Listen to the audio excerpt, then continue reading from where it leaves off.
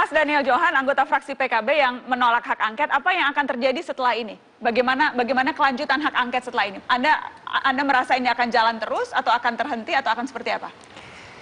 Ya tentu kalau dari kami berharap hak angket itu tidak berlanjut. Tetapi kan kita melihat ini akan masalah anggota pansus akan diputuskan setelah masa reses berakhir tanggal 17 nanti. Tetapi sebelum mencapai tanggal 17 ya kita dengar dari media karena kita nggak tahu karena saya juga reses kan cukup banyak fraksi bahkan mungkin sekarang sudah mayoritas fraksi ya yang menolak, yang menyatakan ya angket tidak perlu dilanjutkan. Jadi perkiraan Anda, firasat Anda sebagai politisi ini akan berhenti di tengah jalan? Feeling Anda, Bang? Iya, cukup kuat arahnya seperti itu. Akan sia-sia begitu ya? Kalau feeling Bang Fahri, akan lanjut apa tidak ini, Bang? Hah? Jangan pura-pura tidak mendengar pertanyaan, saya ulangi biar jelas. Apakah hak angket akan berlanjut setelah kita melihat nanti masa reses selesai? Ya kita nggak tahu karena pasti dalam masa reses ini memang teman-teman ini susah dicari. Bung Daniel juga saya kira datang dari Dapil, semua memang sedang berada di Dapil. Saya kebetulan lagi piket, makanya sering masuk TV ini hari-hari ini karena lagi piket gitu. Nah kita lihat aja kan prosesnya masih ada lobby-lobby dan nanti kita lihat di tanggal 17 setelah rapat paripurna bagaimana usulan surat dari teman-teman, apakah akan langsung mengusulkan pembentukan atau perlu lobby lagi. Saya kira itu mekanisme politik, nggak ada dosanya yang begitu-begitu. Sikap politik Anda sendiri akan menggalang dukungan terus, akan mengawal supaya jadi? Saya adalah orang yang percaya bahwa semakin terbuka negara kita semakin baik. Dan itu adalah demokrasi kita.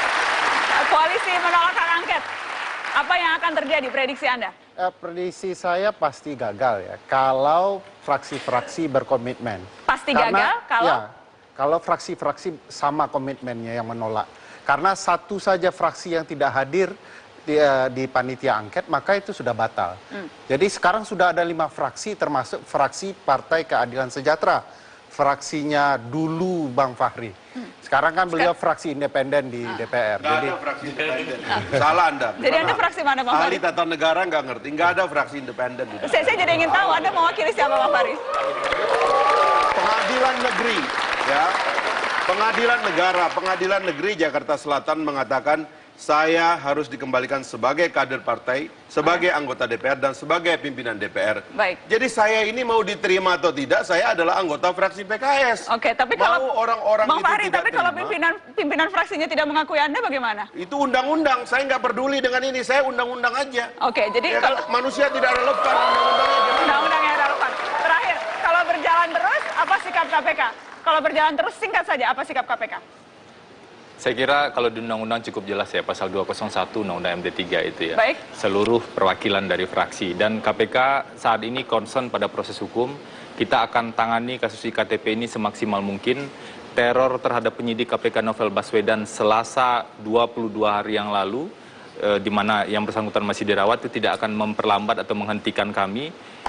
Upaya revisi undang-undang KPK yang digagas oleh DPR, termasuk beberapa pihak yang sekarang mencoba masuk melalui hak angket tidak akan menghalangi kerja kami untuk menuntaskan kasus IKTP, kasus BLBI, ataupun kasus yang lainnya. Terima kasih. Terima kasih sudah hadir Bang Fahri, terima kasih Bang Daniel, Mbak Elsa, Bang Aga, Bang Ferry, dan Bang Sebastian Salang. Terima kasih banyak sudah hadir di Mata Najwa. Terima kasih paling banyak ke Anda yang sudah menyaksikan. Selamat malam, sampai jumpa.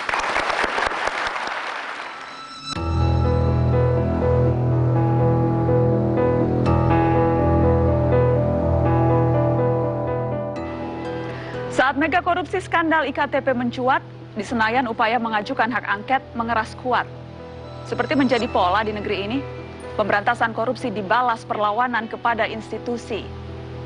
Serangan DPR ke KPK tak mengejutkan dan unik. Sudah sekian kalinya DPR merasa terusik. Revisi Undang-Undang KPK adalah target sejati, parpol membungkusnya dengan dalih inisiatif pribadi. Proses politik yang sebenarnya sakral digunakan politisi sebagai instrumen untuk menjegal. Setiap KPK diserang pelbagai ujian, kita menemukan elemen negara justru sebagai ancaman. Kita perlu bertanya pada penyelenggara negara. Masih adakah komitmen memberantas korupsi sebagai kejahatan luar biasa? Sudah cukup basa-basi dan silat lidah ini. Mari kita catat dan hukum mereka yang tak layak kita pilih lagi.